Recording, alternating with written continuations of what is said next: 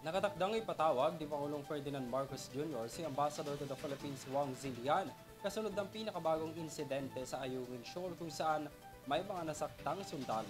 Para sa detalye ng balita, tunghayan ng report ni Alvin Pelobello.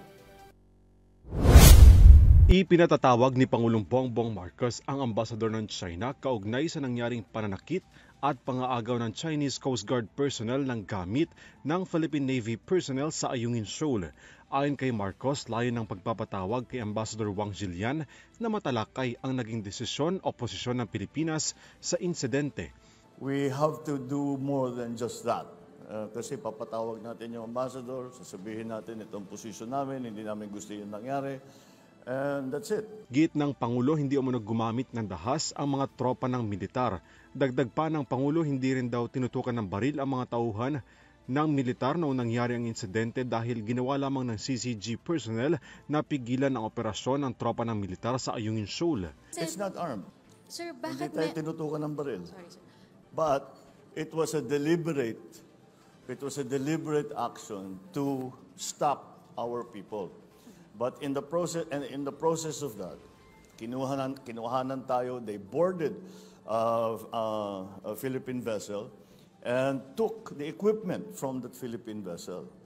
So, although there were no arms involved, nonetheless, it is still a deliberate action, and it is essentially an illegal action that was taken by the Chinese forces.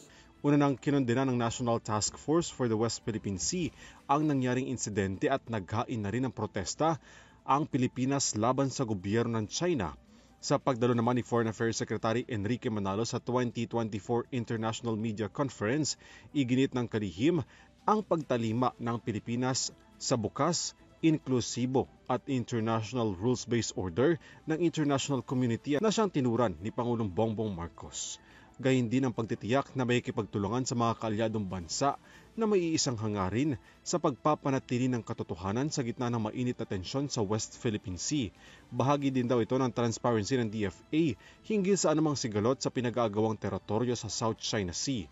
Sa isang pahayag, kinumpirma naman ng Philippine Coast Guard na namataan ang Chinese Coast Guard monster ship na may body number 5901 sa karagatan ng Pilipinas.